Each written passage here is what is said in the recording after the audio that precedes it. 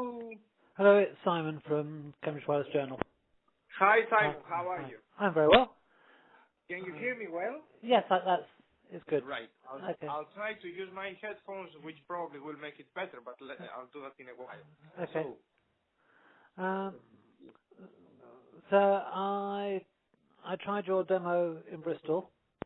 okay. How did Um, you find? sorry. How did you find it? Well, I've seen VR demos before, and it was like a lot of VR demos. It feels really good and very immersive. Um, I would have preferred if it had two cameras and it had been stereoscopic. Yeah, it's true. Although most of the work we've done with video in stereoscopic form doesn't really work that well. Okay. Because the difference is that when you film video, what you have filmed is more or less fixed, so you can't really move a lot. It doesn't give you a real feeling of perspective, and the brain seems to be a bit confused with that. Simon, I'm going to put my headphones, so let's Okay. see if this works well. Okay. I have to apologize because I have a little cough. That's okay. We're not in the same room. So let's see if this works.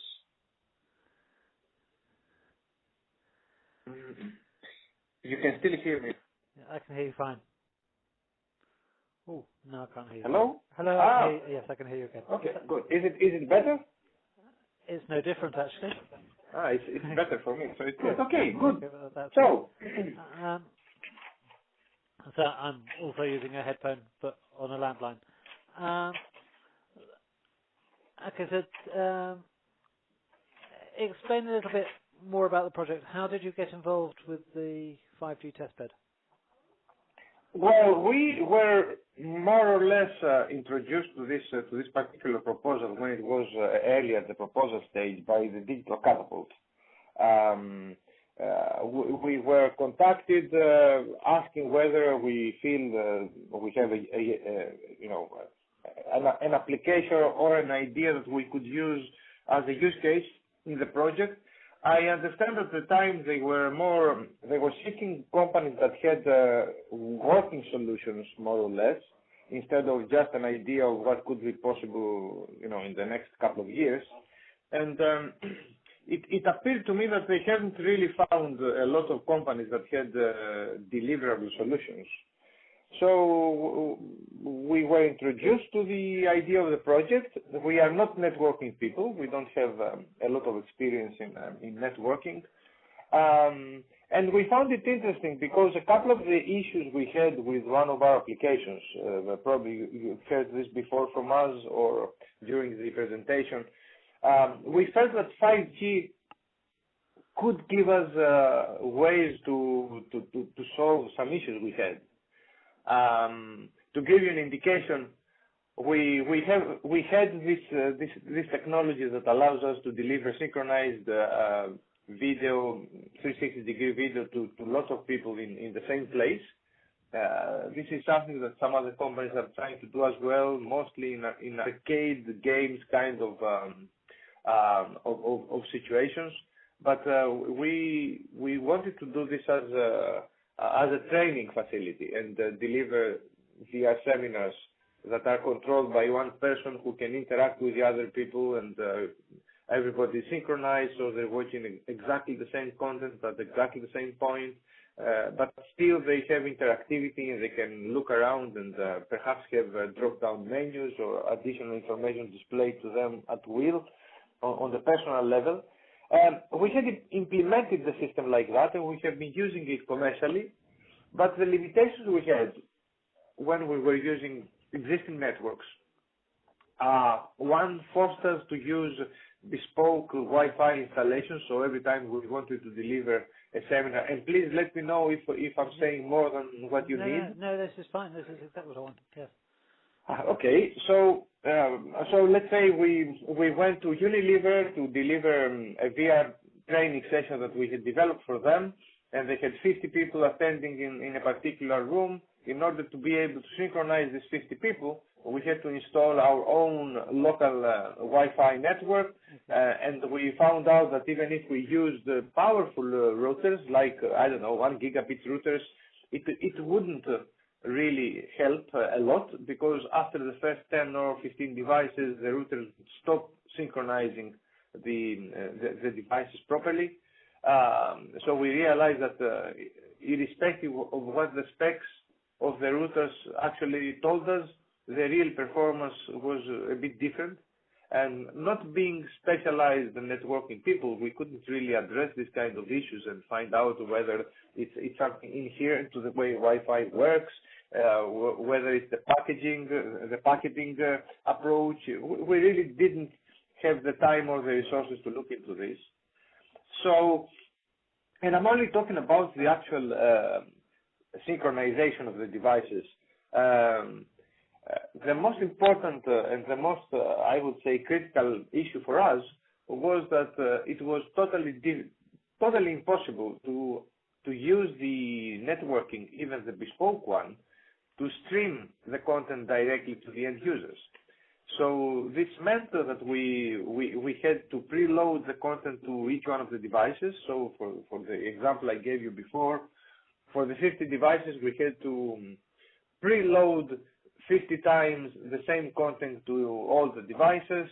And as it has happened on that particular example, the presenter came and asked for a last-minute change because he had forgotten a name of one of the key people that were responsible for the whole thing. So we had to have a final minute edit, and we had to preload again all the 360-degree content to all these 50 devices. Okay. So for us, the two issues that we were facing with this problem, with this project, before we talked about the 5G consortium, was one, we were not very happy with the synchronization of the devices, and second, we couldn't stream video to the devices themselves. Okay. When the 5G idea was introduced to us by the consortium, we said, well, this seems to be a very fast network, it seems to be very performant, it seems to have incredibly low latency and very high sustained bandwidth and rates. So why don't we try to redevelop our solution and test it within the 5G universe? So this is how we became involved in the project in the first place. But because you need to have a use case and not just a project to talk about, we proposed to them that we actually use the city itself, Bristol, and excuse me, select a few of the events that take place in Bristol throughout the year and produce original, higher quality content, so that the content that we would usually produce, and use that as the content to showcase the solution. Okay. So this is really what our involvement was. In very few words, we redeveloped the application from the beginning. We cooperated with both the University of Bristol and InterDigital to understand more how the network that they were implementing and the software they were implementing from the InterDigital side would help us implement what we wanted. We filmed two different events, the Harbour Festival and the Bristol Pride Day. We produced the content, and we delivered the showcase. Okay. Okay. Although, of course, that was over Wi-Fi to 10 people, because sorry, when I saw it, it was over Wi-Fi to 10 people. It was over Wi-Fi for two reasons. The main reason is that when the project started, we were informed that there were not going to be any 5G end-user devices, which meant that we had to find an alternative way to actually reach the end-user devices and not use the 5G connectivity, which was not going to be available. So we decided then to readdress the problem and say, okay, can we still manage it if we can use the endpoint servers to manage and deliver the content? So can we try and see that even if the existing Wi-Fi that they are giving us can perform better than the Wi-Fi that we were using, in our bespoke networks, mainly because it appeared to be better controlled. So at the end of the day, the solution that we developed wasn't tested to its full extent, but we saw remarkable changes from the system we were using before, even by using the 5G networking right to the endpoint where the Wi-Fi actually took over. Okay. No, this is exactly the stuff I needed for the piece, because from having tried it, I didn't understand what you got out of 5G, and you've completely explained that. So I think that's all I need. So I'm very happy with that. Well, the very basic difference, which is really night and day, is that we were capable for the first time for this particular solution that we had developed before to actually stream the content to the devices instead of preloading the devices. Yes. And that was, unfortunately, the showcase that we had in Bristol and in the Digital Catapult, because of the time constraints and the need to organize it in that way, did not allow us to make it more obvious that when you change from one of the films to the other film, you could actually do that without having any preparation. Somebody could come up to you and say, I like the Harbour Festival. Do you have anything from, I don't know, they run a Shakespeare Festival or something. Yeah. And if you had this content stored in the server, the guide could straight away say, yes, we have that in our library, let me show it to you. And would click a button and the content would be streamed to all the devices without any preparation. Okay. Well, if you're looking for something to film, in August, Bristol has a balloon festival, and that's spectacular. Yes, well, the problem with us is that we need to actually talk with the people that are responsible for this event and make them understand what the value is. Because we are not, with Bristol and with this particular project and all the, I would say, peripheral activities, we're not seeing this as a kind of commercial activity. We see it as a way to prove to Bristol that, guys, this is a huge case, but it is a real product. So if tomorrow you want to actually use it, there's nothing stopping you using it commercially. It's totally up to you. And to give you an additional example, I don't know if you're going to be talking with other partners of the project as well, with any of the other use cases. There is a use case that was run by Landmark. I don't know if you tried that one out. Yes, that was with Seth, yes. Yeah.